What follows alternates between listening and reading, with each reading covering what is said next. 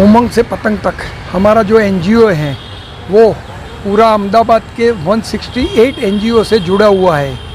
वो एनजीओ में हम सैटरडे संडे बच्चे को यहाँ के लाते हैं, एनजीओ के बच्चे को, और पूरा कॉन्फ्रेंस रूम में बिठा के इनको अहमदाबाद क्या है उसका पूरा प्रदर्शन दिखाते हैं। और हमारा जो म्यूज़ियम है उसमें पुराना अहमदाबाद क्या था, आज का अहमदाबाद क्या है, और अब आगे कल चल के अहमदाबाद क्या होने वाला है, वो पूरा म्यूज़ियम दिखाते हैं। वो बच्चे को, एनजीओ को, बच्चे को ऊपर पतंग में ले जाके उसको डिनर कराते हैं, और उसके साथ बच्चे को साथ कायम हमारे एनजीओ सब जुड़े हुए हैं। आज सैटरडे शनिवार को चिन्मय स्कूल के, गर्ग साहब के स्कूल के सभी बच्चे आज यहाँ पे, जो मनोवैज्ञानिक बच्चे हैं, जो बच्चे को माइंड कम है, मानसिक चिकित्सा वाला बच्चे हैं, वो बच्चे सब आए और वो बच्चों ने पूरा पतंग का निहारा। हमको उस संस्था, हमारी संस्था को, हमारी कंपनी को बहुत अच्छा लगा। Thank you. आपको ये प्रेरणा किसे मिली? मेरे लड़के नील, इनकी वाइफ है अस्मिता ठक्कर, इनका वो एनजीओ है, उन्होंने ये एनजीओ की स्थापना किया है। उन्होंने उनका मिस्टर को बोला कि ये पतंग होटल में बड़े बड़े अहमदाबाद के लोग के बाहर से आते हैं, वो लोग देखते हैं, तो ये जो बच्चे हैं वो वहाँ से ऊपर से पुराना अहमदाबाद और नया अहमदाबाद रिवर फ्रंट का नज़ारा कैसे देख सकते हैं। तो वही प्रेरणा से हमने सोचा कि वो बच्चे भी देख सकते हैं। इसकी वजह से हमको वो अस्मिता ने वो प्रेरणा दिया, उससे हमने ये एनजीओ की स्थापना किया हुआ है। मेरा नाम पेरिन शुक्ला है और मैं चिन्मय संस्था में एज ए ऑनररी डायरेक्टर काम सेवा दे रहा हूँ। हमारा ये मेरे फादर ने स्टार्ट किया था और अभी उनकी एज 85 ईयर्स है, तो इसको कंटिन्यू करने के लिए हमने फिर ये सेवा के क्षेत्र में आगे बढ़े हैं हम, क्योंकि बच्चों की जिम्मेदारी एक भगवान का रूप ही है। बच्चे जो जिनको भगवान की सेवा पूजा हम करते हैं, भोग धराते हैं, उससे अच्छा है कि बच्चों की भी सेवा पूजा करें, उनको खाना खिलाएं, उनको तैयार करें। तो उनको टोटली सेल्फ केयर, अपनी दैनिक क्रिया की तालीम दी जाती है बच्चों को, जो हम 6 से 16 साल तक के बच्चों को एडमिशन देते हैं और फिर 25 साल की एज तक वहाँ पर रखते हैं। तो उनको जो दैनिक क्रिया है, सुबह उठ कर टॉयलेट ट्रेनिंग, ब्रश करना, नहाना धोना, कपड़े पहनना, पूरी दैनिक क्रिया की ट्रेनिंग बच्चों को यहाँ पर दी जाती है। बच्चे इंडिपेंडेंटली हो जाते हैं, अपनी खुद की दैनिक क्रिया खुद करते हैं। आज ये उमंग से पतंग फाउंडेशन की ओर से आपको बहुमान किया गया, उसके बारे में क्या कहोगे? ये बहुत ही अच्छा इनिशिएटिव है।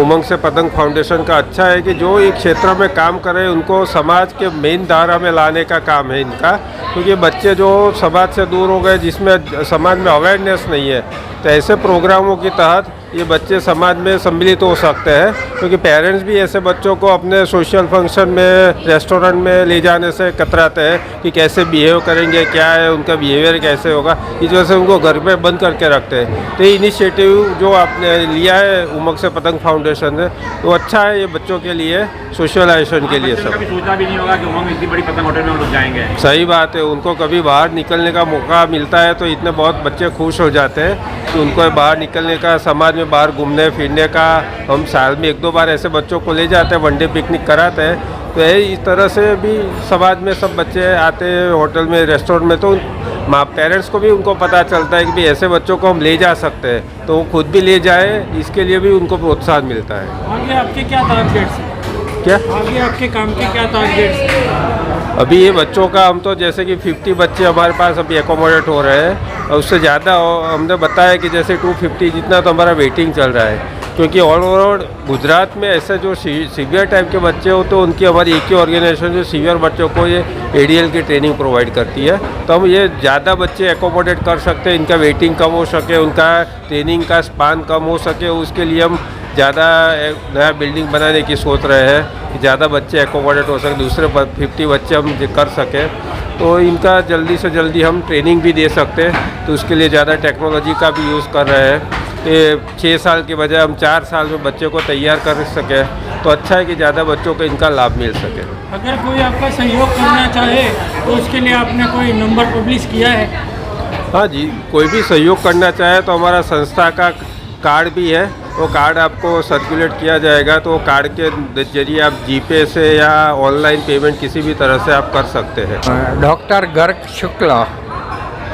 आप ये जो शर्मिका जी चलाते हो ये कब से चलाते हो और आपको ऐसा विचार कैसा है चलाने का? ऐसा मैंने 1998 में स्टार्ट किया और मैंने सोचा कि डिग्री होना एक बात है लेकिन प्रैक्टिकली काम करना मुश्किल बात होती है। तो घर में 2 बच्चे रखे, फिर उसको फैमिली को सेटिंग हुआ बराबर, 2 का 4 10 करके बाद में मैंने बढ़वाया और मैंने इसमें डॉक्टरेट किया है child care development and curriculum पर। तो उससे मैंने आइडिया आया। तो मेरी डॉटर थी तो वो MA विथ साइकोलॉजी थी, तो मैंने उसको बताया कि तुम ये 2 साल का कोर्स है, स्पेशल एजुकेटर्स बोलते हैं उसको, तो 2 साल का कोर्स कर ले तो फॉरेन में बहुत अच्छा जॉब मिलेगा और अच्छा भी है वहाँ। तो जब जॉब वो कोर्स करने के लिए पहुंच गई तो अलग अलग संस्था की मुलाकात ली है इससे दिव्यांग बच्चों की, तो उसको पता चला कि पापा ऐसा है टॉयलेट अटेंडेंट जो सेल्फ केयर नहीं कर सकते हैं। छोटे जन्म के बाद जो बच्चे का परिस्थिति होता है वही परिस्थिति बच्चों का है, तो ऐसे बच्चे को कोई रखता ही नहीं है। तो पूछते कि खुद वो भोजन कर लेते हैं, नाश्ता कर लेते हैं, तो बोलते हैं नहीं करते हैं, खिलाना पड़ता है। तो दूसरा क्वेश्चन तैयारी रखते हैं कि वो टॉयलेट में जाके खुद सफाई कर देते हैं, तो बोलते हैं कपड़े नहीं करते, उसकी ट्रेनिंग के लिए रखने का है। तो इसीलिए कोई प्रोविज़न इंडिया में है नहीं, पूरे इंडिया में।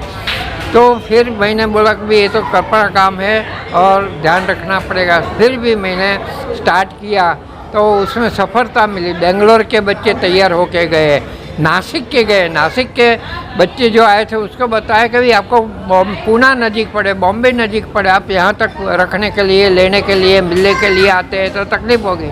नहीं है। तो तब चला कि भाई इंडिया में ये प्रोजेक्ट नहीं लिया है, तो मैंने फिर उसको डेवलपमेंट किया है।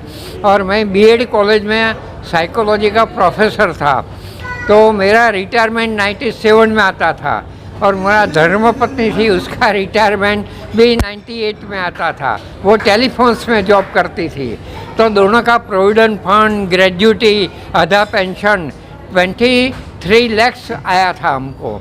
तो उसमें से मैंने एक काम स्टार्ट किया और भगवान की कृपा थी कि भगवान ये काम हमने सौंपा, प्रेरणा मिली और इससे सफलता भी मिली।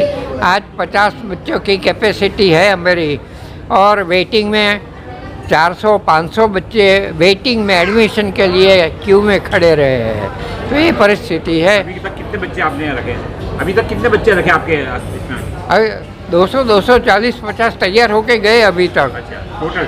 हाँ, क्योंकि तुमने जब से स्टार्ट किया जब से अभी तक कितने बच्चे तैयार हुए होंगे? तैयार होके बस अभी तक 1997 में स्टार्ट किया था, तो अभी तक 240-250 बच्चे तैयार होके गए। कई बच्चे तो जॉब में भी लग गए। अपने पापा ग्रैंडफादर की बिजनेस की दुकान थी तो उसमें दुकान में लग गए। हम लोग ने वो बताया फैमिली को कि उसको मैरिज मत कराओ, जेनेटिक प्रॉब्लम्स होगा तो उसमें भी आएगा। तो उसको बॉम्बे की लड़की भी मिली और सेट हुआ, तो हमको उत्साह मिला। आज आपका क्या प्रोग्राम था यहाँ पर? और आज भी ये बच्चों को ट्रेनिंग देते हैं, तो जिसके घर में डॉक्टर है 2-2, 3-3, वो उसका घर का बच्चा भी आज ट्रेनिंग में हमारे वहाँ है। ऐसा है। आज कितने बच्चों का प्रोग्राम यहाँ पर आपने आयोजन किया? हाँ, 50 बच्चे का